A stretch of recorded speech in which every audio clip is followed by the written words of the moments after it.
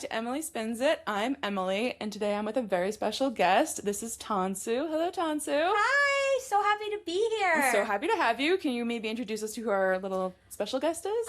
This is Maggie. She is our tripod girly, and she's the best girl in the world. She is the best girl in the world. We all had to pay the cheese tax when we came in, but she's the most precious thing. She is. She's a good girl. We're both happy to have you guys here today. Well, thank you for being such great hostesses. So you sent me your bio, and the first sentence is just so good. I just have to read it as it is. Tansu has been training to become a diva her whole life. That's amazing. I absolutely get that energy from you. I grew up listening to divas before I knew what a diva was. I grew up with Whitney and Mariah, and then after that, I had moved to London, and I moved to London when Spice Girls were really big, and I just have always been, I found out what feminism was at a very young age, and I grew up listening to very powerful, divalicious women, so I think that has definitely influenced me to become the diva that I am today. That's great. That's a great origin story. Yeah. That's incredible. My mom always says that I would not eat without listening to I Want to Dance with Somebody. I was a very fussy baby. And then as soon as she put that song on, my mouth would just drop. And you were like, and I was time. like, what is this noise? And then I would just eat very nonchalantly. Sometimes that's what it takes. It's what Whitney is what it takes. Yeah. Yeah. So you have an EP that came out in 2024, is that right? The CD? Yes. Okay, and you recorded that with Dave Rubin. He's a longtime collaborator of yours. Mm-hmm. You are a longtime Harlem resident. You were just saying about over a decade you've been here? I'm about to hit 10 years, About to hit 10 years, okay. And you are Turkish and Irish. My mom is Turkish and my father is Irish, so it's a very good combo. I can tan really well and I can drink anybody under the table. Two important life skills. I would agree. Yeah. Now, you have such a beautiful vocal tone. How old were you when you realized that you had such a unique voice? Well, I have always been singing. My first solo was the Itsy Bitsy Spider in first grade. And they usually gave solos to third graders, but I was unique. Can you sing that for us now, please? The itsy bitsy spider went up the water spout. Down came the rain and washed the spider out. Out came the sun and down came the rain. And the itsy bitsy spider was never seen again. Is that the end of the song? No, but that's cute. That was the Tansu end of the song. No, but that's something we get copyright strikes for that one. You wrote your own ending. Exactly. Okay, so you've been singing your whole life then. Yeah. You've just always... I was truly born with it. That's incredible. Yeah, it's nice. I think I'm actually very lucky to recognize my purpose on Earth from a very young age. So that's actually my next question is, when did you decide that you wanted this to be your path? So you've just always known. I've just always known, the word music has always been very resonant to my soul. Yeah. And I love all facades of music, whether it be performing, whether it be teaching. I am a vocal coach here in Harlem. I teach in this beautiful studio. And I absolutely love teaching voice lessons. I get a lot of joy sharing techniques and how to... I have a lot of girl students, and I find it very empowering to teach them how to use their voice, because it's not really something you can buy, is it? No. To have them feel stronger in what they were given at a young age builds confidence unlike anything else. And that ties back to what you said about who inspired you as terms of strong feminine singers and female power. Yeah. Absolutely. So you're paying it forward to the next generation. Yeah, and I just feel like there's something very vulnerable about singing, and it's something that no one could ever take away.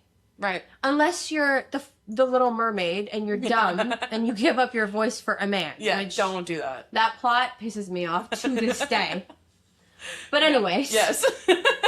No, I agree with you. That's such a bad deal. Don't give up your voice for a man. Ugh. Let alone one who doesn't know you. Like, Yeah.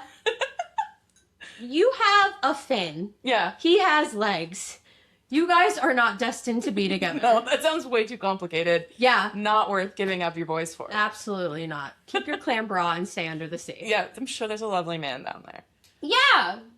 Marry a crustacean. They'll appreciate you. They'll appreciate you. And if you get bored with them, you can cook them. There you go. Delicious. I literally almost just spit. You get right, girl.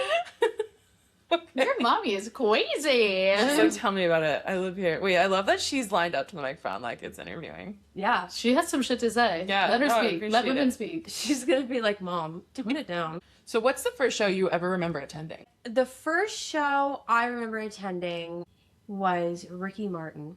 Oh, wow. Okay. And I thought I was going to marry him. Sure. I had made my own t-shirt with the two girlfriends that I went with. And I was convinced that he saw our t-shirts and that he winked at us and that I was going to marry him. Okay. And for the next 3 weeks, I only listened to Ricky Martin because I was like, this is my husband. Yeah.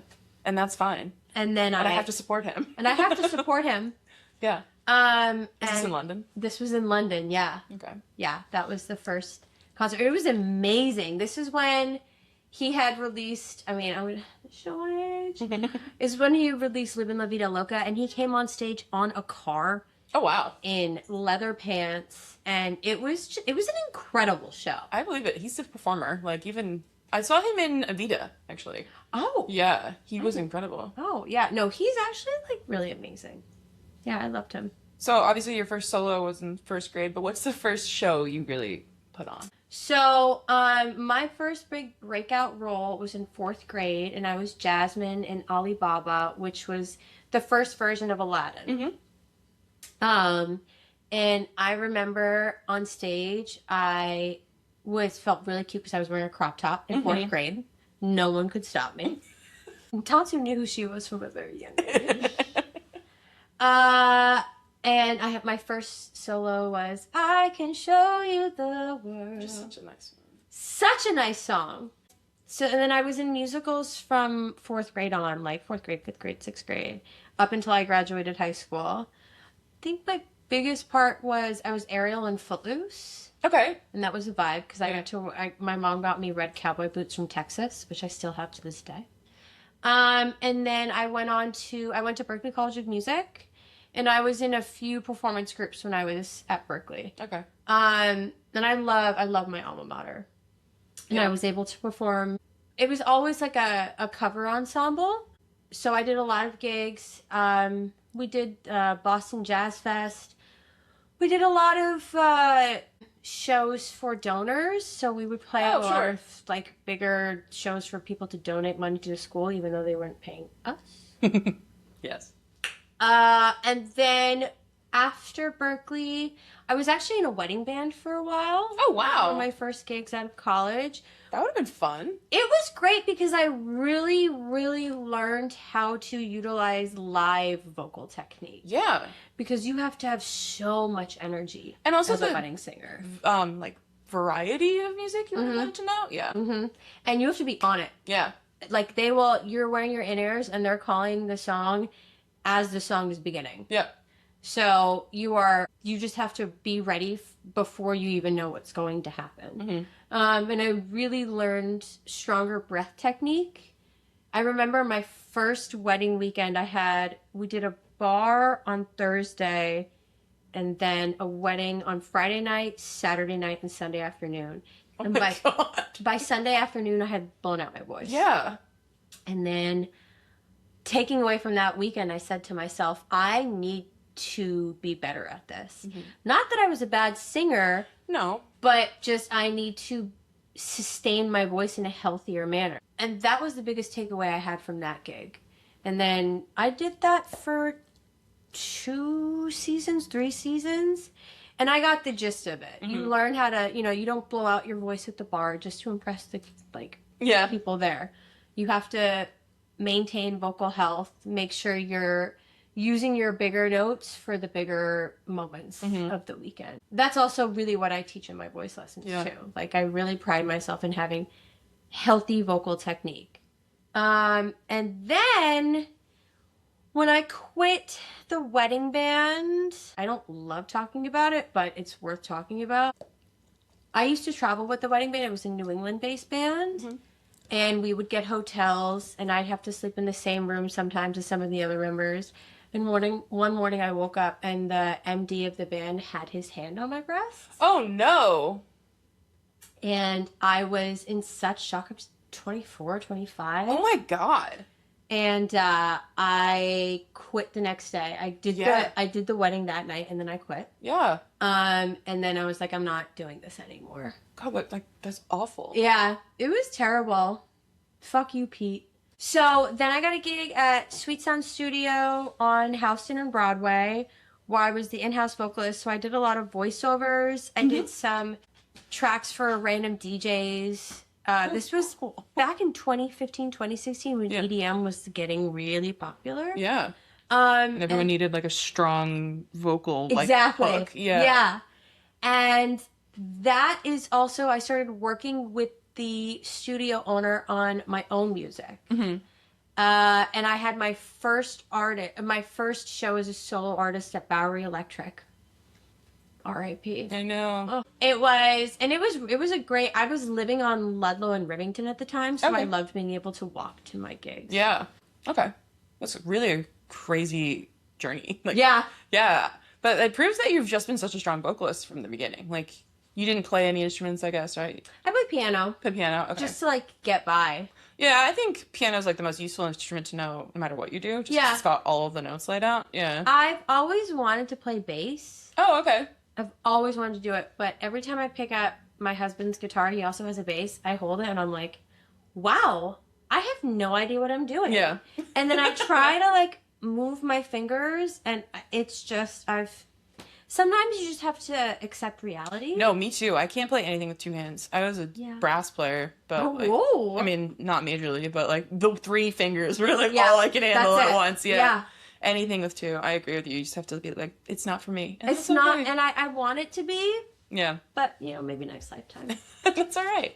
For now, you have an amazing voice. Yes. We'll just use that instead. I'm halfway there. So how has living in Harlem and also like your heritage and the influence from all those divas really impacted the way you write music now?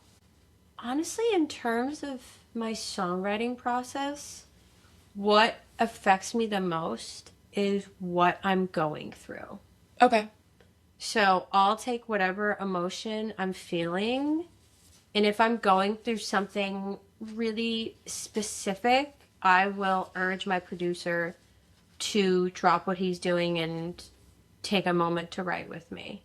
When I wrote Downtown, which is on the city, I had just started dating my current husband, and I was very frustrated with him because I wanted him to come out, and he was like, no, I'm going to stay at home. And this was in the early stages when it was still kind of trying to figure out each other's emotions. Yeah. And I got really annoyed, and I was just like, why would he not want to meet me downtown? Like, I'm out, I'm looking cute. He lived in Williamsburg at the time, and I was in the Lower East Side. Walk over the bridge. Yeah. I'm right here. Do you not want to see me? Hello?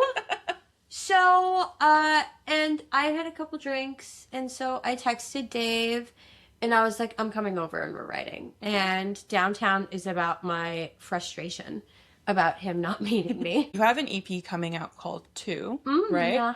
What changes have there been in your personal life between the city and 2, and how are you capturing those in your new EP? Well, 2 is a very literal title. Yeah. And it took me a while to come up with this title because I find the presence of certain letters to be very powerful on an EP title.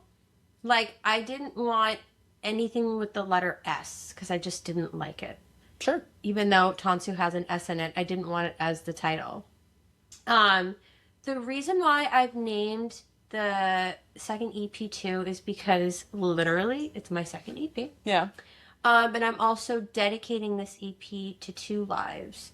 The first one being my father, who I lost last year, and the second one being the one I'm growing right now. That's so exciting. So it's got the biggest difference between the city and two. The biggest life changes are the loss of my father. Sure. The EP opens up with a song called "A Song for Dad," which I wrote the day he passed away. Wow. I was in Nashville on a writing trip when I got the text from my mom, and she said very, very kindly, "Your father has joined his parents." And, he was almost 92. It wasn't unexpected, but it still hurts. Yeah. And I was just pacing around my producer's apartment for 2 hours. I couldn't leave Nashville. There was a snowstorm. Jeez. And I didn't know how to define my emotions for a couple of hours. I was just pacing around, calling my mom, calling my husband, calling my brother. And then when it hit me that I wouldn't be leaving anytime soon and that this was real, I did what I do when I need to have a refresh, and that is take a shower. So I jumped in the shower, and I just had this melody come over me over the word goodbye. And then I walked downstairs, towel on my head, and sat at the piano and started playing some chords. And I went up to Dave and I was like, okay, let's write. Let me see what I can do. And it was a beautiful experience. Dave and I are usually very volatile in the studio. I want what I want. He wants what he wants. And we always come to the same conclusion, but we yell to get there. Yeah. It is what it is. No one gets hurt. We're just very clearly animated. it works for you guys. Yeah. But for this session, it was so beautiful and calm. It was very quiet outside because the snow has started to fall. Yeah. I feel like when snow falls, it's a blanket that creates like a mute outside. Exactly, Yeah. yes. Yeah. And the recording of it is very raw. You can hear me crying on the song. Yeah. It's unlike any other vocal take I've had. And I wrote the song in like 20 minutes. It comes from a very real emotional place. My father would have loved the fact that I was writing a song about him in that moment. Yeah. He would have been like, yes, baby. I love that you're doing this for me. That's really sweet. Yeah, it was nice. So, kind of going back to your question, my songwriting really comes from a very specific emotional place. When I was younger, and then when I was in high school and college, I listened to music to help define my emotions, to help if I was fighting with a friend or if I was frustrated with class. I would listen to music to help me define what I was going through and to also just help me escape for a moment and to live in that song. And I love how music has been there for me in that way. And so when I'm writing my music, I like to think that someone can find their solstice in my songs. It's really nice. So that's where I come from. There's supposed to be snow. Somehow the sun came out today as you took your final breath and slipped away. I knew that we were gonna say goodbye, but it never feels right when it's right in front of your eyes. So a couple other songs you have on the EP, one of which is Flowers. Do you want to tell us a little bit about that? Speaking of writing strong songs from an emotional place, I was in Nashville, and this was back in May. So I had left New York, and I had just bought a bunch of new plants for my terrace. I'm lucky enough to have an outdoor space in New York. And this past summer, I was determined to not let them die. Because come July, August, they usually give up. Okay. It gets I can't too windy, grow too plants hot. to save my life, so. I have a very good plant situation going on inside, Okay. but outside is a whole other ball game. And so last year I spent a lot of time and effort and money on these plants. on seats, on premium soil. Sure. And I had left for 5 days, and I told my sweet, loving husband, if you could just water them once a day so they don't die, that would be great. Fast forward about 3 days into my trip, my loving, adoring husband sends me a selfie from the terrace. He's outside with Maggie and our friend Mike, and they're playing backgammon and they're drinking whiskey. And lo and behold, in the background of this picture are my dying plants. Just photo evidence of forgetting. And I remember getting this photo, and I was at an outdoor concert, and it was quiet. Mm. And I remember thinking, okay, I have to control my emotions. Because I don't want to make a scene. And also, to be fair, I don't like getting mad at Steve. No, I don't like to fight. So I walked away from the show. I went to the parking lot, and I called Steve. And I said, hi. I noticed that in the background, Yeah. my plants are very dry. Do you think you could water them? And he's like, oh, I'm so sorry, baby. Like, I'll do it right now. And then I was like, Steve, I asked you for one thing. Just one. You have one job. I really need you. Like, I'm so determined to not let these plants die. It is May. Yeah. Usually I get to July. Yeah. So we're already behind the ball. Please. Yeah. And the thing is with outdoor plants is that you really have to water them every day. We're 7 floors up, and it's a little windier, so you just have to you've got to have more control of the outdoor space. Sure. And I felt myself getting curt with him, and that's how I felt. So I didn't stop. Yeah. But I knew that I didn't. If he knew how upset I was, then he would be upset. And I'm not trying to ruin any moods. Right. Like, clearly he's playing backgammon with his friend. I was Yeah. like, yeah. And above it all, he's just drinking in front of them, which Just I taunting find them? very selfish. Yeah. No, like mocking them in their face. Mocking them. They are parched. Yeah. They are thirsty, and you are enjoying whiskey in a glass with a specific whiskey ice cube. Yep. Water. So I called him, told him how I felt, hung up the phone, went back to the show, and Dave, like, immediately caught a vibe. Yeah. Like, are you okay? And I was like, I'm really frustrated right now, and I don't know what to do with this emotion. And he said, well, let's go write about it. So we went back to his house. This was like midnight at this point, and we found the drum sample on Splice. Nice. And that's where the song Flowers comes from. It's great. It's I love the Yeah. lyrics. It's fun. I love talking about it at live shows too, because I'll do a shorter version Yeah. of the story. And then when I sing the first line, you really fucked up, Yeah. people are like, wait, what? What? And you know what? It's important to get that out of the way early. And I actually felt better. Good.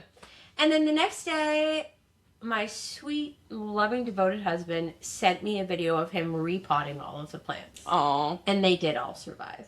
Oh, what a great story Yeah. that is, actually. It was a beautiful summer with roses, and we had some bleeding hearts. Oh, I love a I bleeding had heart. tulips. Oh, and they were thriving. That's great. And I got a song out of it. So, Everyone wins. everybody wins. All right, well, here's a quick snippet of Flowers.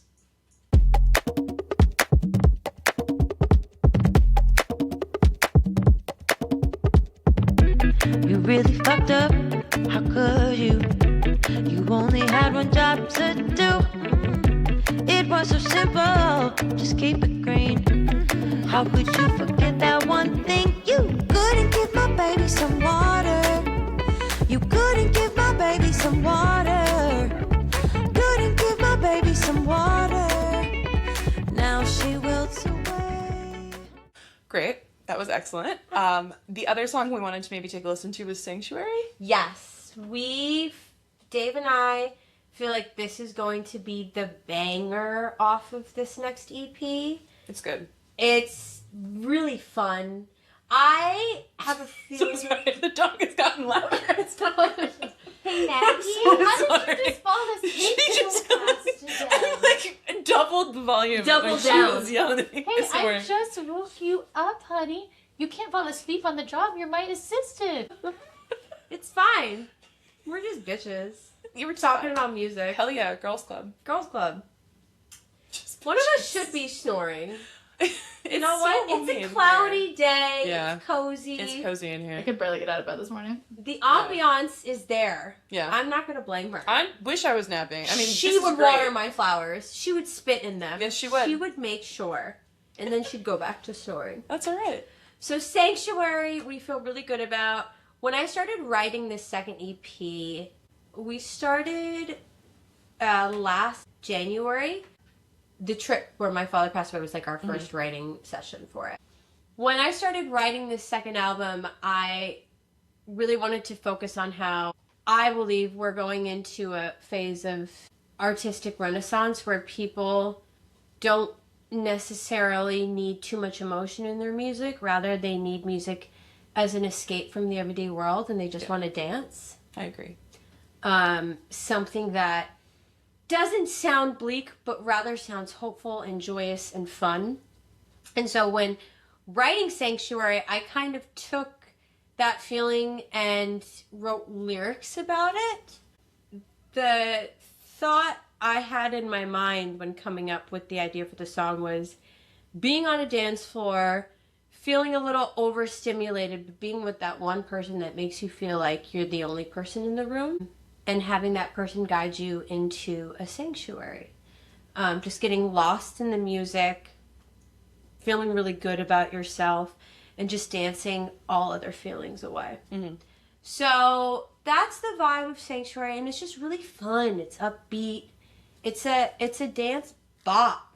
And It is a bop. That's Yeah. what I wanted the EP to feel like. Just an escape from reality where you can just listen to it and feel good while listening to it and feel better after listening to it. So Sanctuary really embodies that theme for me. That's great. Let's listen to it now. Oh no, oh there's just something about you, baby. Take me to your sanctuary. Hide me from the ordinary. Nobody, just me and you, yeah. Sanctify my soul. Don't let me go. Don't let me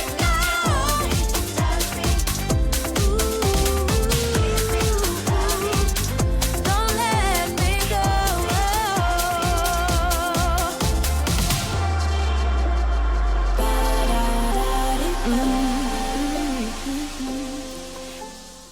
All right. So you've spoken a bit about your collaborator, Dave. Mm-hmm. How'd you connect with him?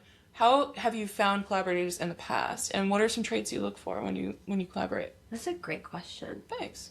So Dave is someone who I work with the most. I also have another collaborator. His name is Lars Viola. Mhm. He lives out in Brooklyn. We released an EP called The Wash Up in 2018, and we're working on another project now. The stuff I do with him is a little more underground. It's not as mainstream, Okay.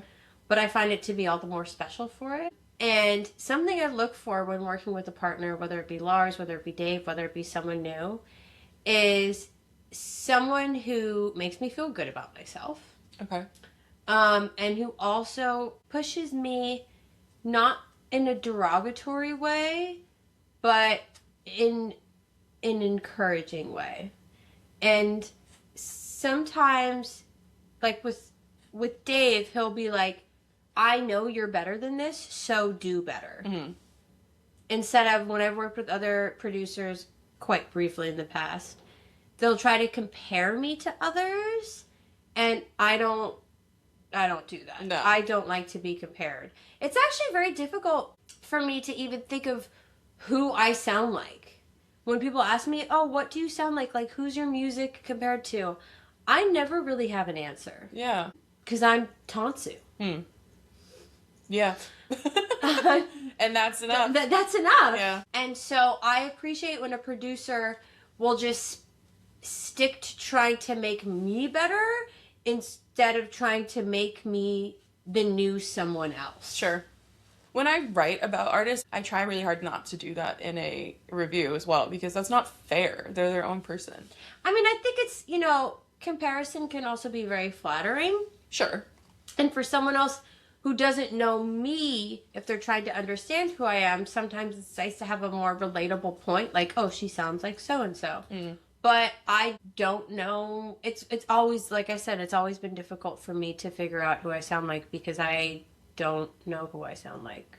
Sometimes people will say, like, Christina Aguilera or Joss Stone, but I have my own temperament. And especially my writing doesn't sound like either of them. Yeah, I wouldn't have said that either. Yeah. Yeah. I always get fumbled by that question, actually.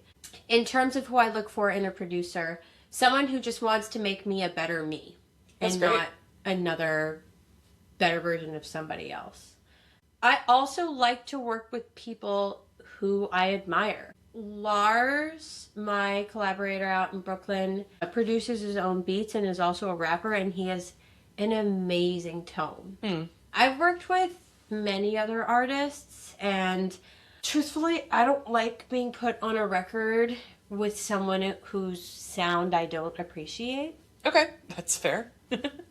So sorry. That's all right. Like, if I don't want to listen to the song, I wouldn't want to be featured on it. I don't think that's an unfair way to feel. Right. And that goes the same for Dave, who I always admire his ear when it comes to production. And it makes me actually quite excited when we're writing together and we'll be working on the percussion and I'll start to hear a hi-hat and he's already on it. Our ears are very similar in that manner. I'm thankful to have found it because I worked with a lot of producers. I've been working with a lot of different producers since I started writing my own music back in 2014. And I feel like I found a certain stride with who I work with today. That's really great and special. Is there anyone you would still love to work with who you haven't had the chance to? I haven't really worked with a lot of female producers. Okay. And I'd love to do that. There are a few female songwriters that I really admire. I mean, I think the obvious answer is Amy Allen. She's I mean, she's incredible. Amazing. Yeah. And I just watched a special with her and Mark Ronson, and just the way her mind works is so fascinating. And I think the way she approaches melodies is very unfamiliar to me, and I'd love to be able to tap into that more. Okay. And I think it comes from a female perspective. Yeah. So I'd love to work with more female producers, songwriters. She's a good example because she writes for so many different women too. Yeah. So she clearly can become a bit of a chameleon. She's very multifaceted. Yeah, And that's great. she's just like immediate. It's Yeah. like, damn girl. What are you drinking? Yeah. What is in your water? Yeah, exactly. I would like to know. Can you send some to me? Yes, please. Yeah. Thank you. All right, we're wrapping up a little bit, but what advice do you have for artists who are trying to break through? Be as authentically true to yourself as you can. I think the best music comes from a real place. And even I get lost in the art of comparison when listening to other artists. And I'll listen to a song that has blown up and I'm like, why is this big? And my song has got like 10,000 listens and this has got over 1 million. And I think comparison is the thief of joy. Yeah. And there are certain artists who've got certain backings and different backgrounds, and they're not me, and I'm not them. Right. In the words of Samantha Jones from Sex and the City, if I worried about what every bitch in New York said about me, I'd never leave the house. I love that. And I try to, especially when I'm in the studio, I really try to drown out comparative noise and focus on what my purpose is in the studio, what I'm feeling. Not trying to define anybody else's emotions or expectations of me. Because if I go into the studio and I'm coming from a real place, I will be able to deliver the best result from me musically. Yeah. And I think an artist's authenticity is their strongest superpower.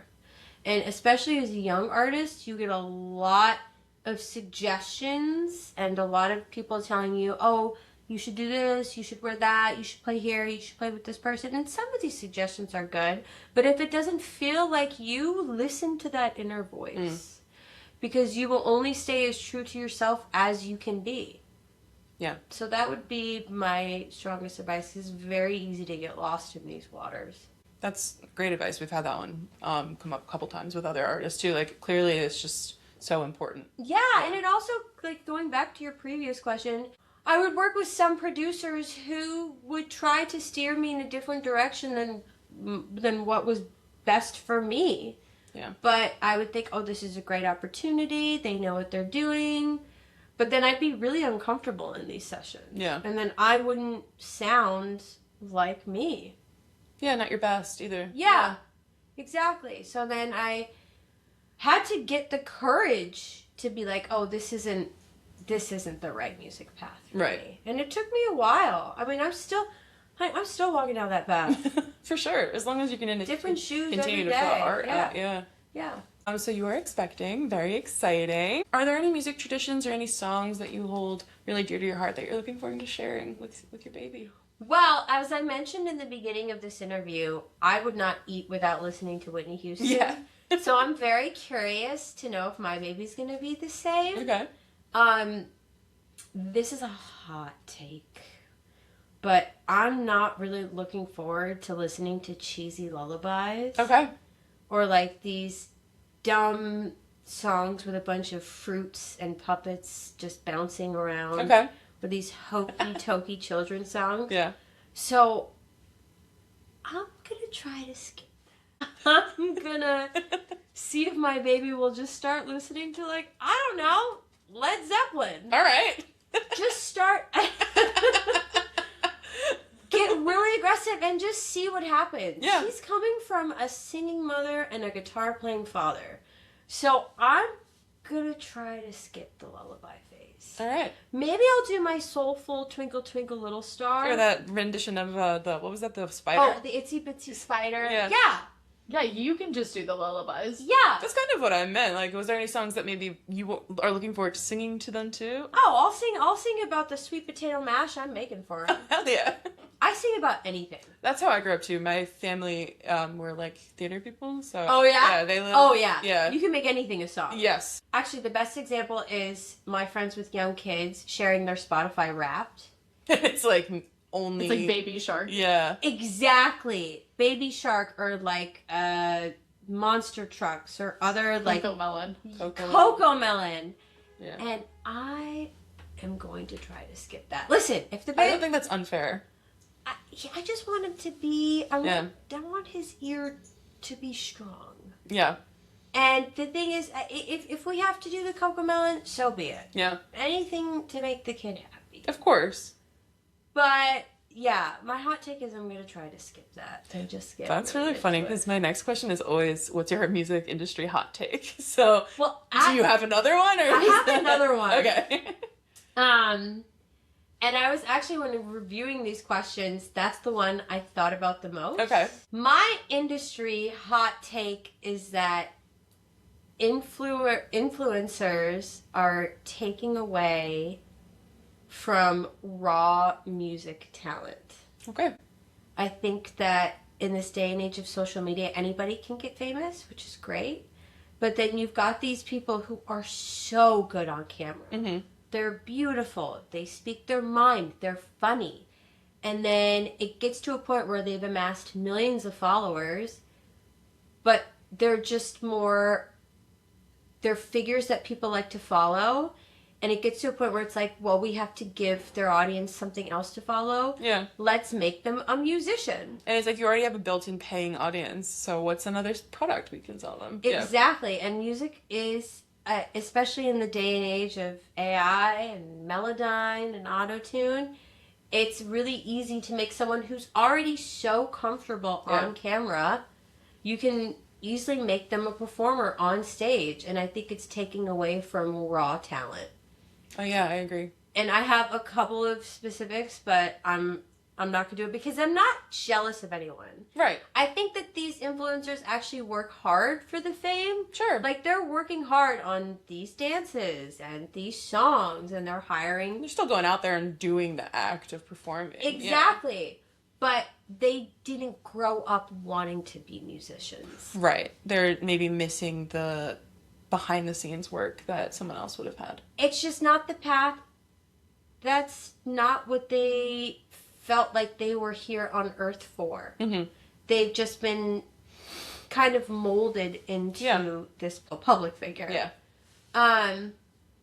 And that takes away from people who are destined to be musicians. That's a great take. Okay, I like it. Okay. A game. Yes. So sometimes at the end of every episode, we play a little game. Your game is Fact or Fiction, Luxury Shoes versus Kohl's. I'm just gonna give you the name of the shoe, and I would love to see if you could guess if it's luxury or not. I'm so ready. Okay. I thought if anyone was gonna be good at this, it would be you. I could cry. I hope the way I set it up makes sense. Now, it all depends on whether you can properly pronounce some of these. This is a game for you. Hey, if she can pronounce some Swedish. I would say my first stuff. rounds were IKEA words, so I can't pronounce anything. Oh, okay. So Miss Z, Dew Desert, Satin Sandals. Those are Louboutins. They're Louboutins. How the fuck did you know that? I know you work in shoes, but I know. Saffiano patent leather slingback pumps. Those are Kohl's. They're Oh, they're Prada! Saffiano. What is that? Yeah, that sounds like a really delicious dessert. How about Fanny Woman's two-piece open dress? Okay, that's gotta be a Kohl's. That is Lauren Conrad. Oh, bless. Why did she call them Fanny? Who's to say? Mimi Leather Rose slingback pumps. That sounds kind of luxurious. They are Jimmy Choo's. Oh, fabulous. You really went in on these I names. tried. Ritza Women's square toe slingback pumps. The name Ritza isn't giving luxury, sadly. It's Easy Street for Kohl's. It's an easy, yeah. Well, I thought square toe would maybe give it away too. The square toe is huge. Bottega came out with square toes 4 years ago, Oh, and okay. it changed the shoe shape for a couple of seasons. There you go. That's how not into shoes, unfortunately, I am. I wish I was. Trust Men, me. I may not know, but shoes, shoes, I know. Well, I am gonna have to learn because I do love shoes. I'm here for you. Bryn Women's pointed toe heels. Oh, this is a curveball. Oh, is it? Yeah, because Bryn could be expensive and it could also be cheap. I'm going to go off of gut and say it's Kohl's. Ah! It is. It's Madden Girl. Ah! See, go with your gut. Yes. Opium Mules and Satin Crepe. Satin crepe sounds nice, so I'm going to go with a luxury vibe. It's Saint Laurent. How do you Nice. pronounce that? Saint Laurent, you Saint got it. Laurent, Yeah, okay. bye. Yes. Tinsley with 2 Ys, women's dress pumps. No, we have to be Kohl's. Apartment 9 for Kohl's. too wise. 2 Ys. Listen. Kate Strass metallic suede pumps. This is a Louboutin. It is. No. Liam basic soft shoes. I mean, it says basic. They're little boys' shoes. Oh, I should know this! And Wait, that's your but- gift for being on our show. Oh my god, stop! That is so nice! These are from you. Bergdorf, so they are luxury. Oh, really? So I got them no, at I'm kidding. some... I was like, I got them at some small store not far from I here. was trying to make you look good. Oh, no, don't worry about it. that is really thoughtful. Of course. Thank you so much. Wait, can we show the camera how cute these are? Yeah, you can unbox them. Hi guys, welcome back to my channel. Today we are unboxing my baby's first pair of Aw. shoes From Bergdorf's. from Bergdorf. I'm screaming. Oh my god, that's of course. so nice. Thank you for... Thank you, babe. Of course. Thank you so much. Thank you. Where can everyone find you? You can find me in the street, honey. But you can find me online. I am TANSU on all the socials. IAMTANSU. That is my website as well. Okay. My music is online under the name TANSU, TANSU. Do you have a date for your E EP? So we are playing with fire. Oh. because I have a baby coming. So true. Yeah. So I have a baby and an EP. Okay. We will see what comes out first. I am hoping for everything to come out by May, early June. And this baby is going to come out in July. All right. So we shall see. I saved the date for a show in May at Soho Live. Okay. But I'm trying to see if I can, I can do it. You would be sitting. Exactly. Yeah. And, when I'm on stage, I'm there. Mm-hmm. I want to be able to be my full, authentic self. I know I will be full. Yeah. And authentic. I will be very authentic, but what I'm thinking is maybe I'll hire some dancers for that show. But I also, if I'm feeling terrible, I don't want to push it. Also, a pregnancy situation that I'm going with is that I am always stuffy. So, and I've never had allergies before, but since entering, halfway through my second trimester, I've been really stuffy, right here, and it's really affected my singing voice. Of course. Which is rude. Yeah. Well, you How fucking dare you. ate down the itsy bitsy spider, so I would. Oh, great! Really? 10 out of 10, girl. A lullaby hates to see me coming. Yeah. But Hell yeah. hates. But when I'm singing my own stuff, I sound like it just sounds a little more closed off. Yeah. So I find I'm very frustrated with that, but I also want to be able to do a live show to support this EP. Okay. So I keep going back and forth with that. All right. Well, that's totally fair. If we follow you, we will find out. Yeah, you will find out. Yeah. And I love that. Yeah. All right. Well, thank you so very much I had a great time. for having us, for hosting us. Come back anytime. Maggie my would God. love to see you. Maggie. I will talk about anything. Okay. Music, shoes, Yeah. the stock market. Yeah. We can yap. Yeah, we can yap. All right. Well, thank you. Of course. Thank you. 'Cause hot girls always win.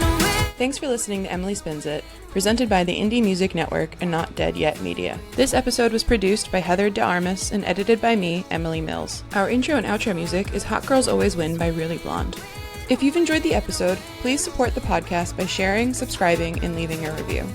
You can also follow the show on Instagram and YouTube at Emily Spins It. For more shows about breaking through the noise, head over to the Indie Music Network podcast. If you have questions or feedback, contact us at notdeadyetmedia.com/contact.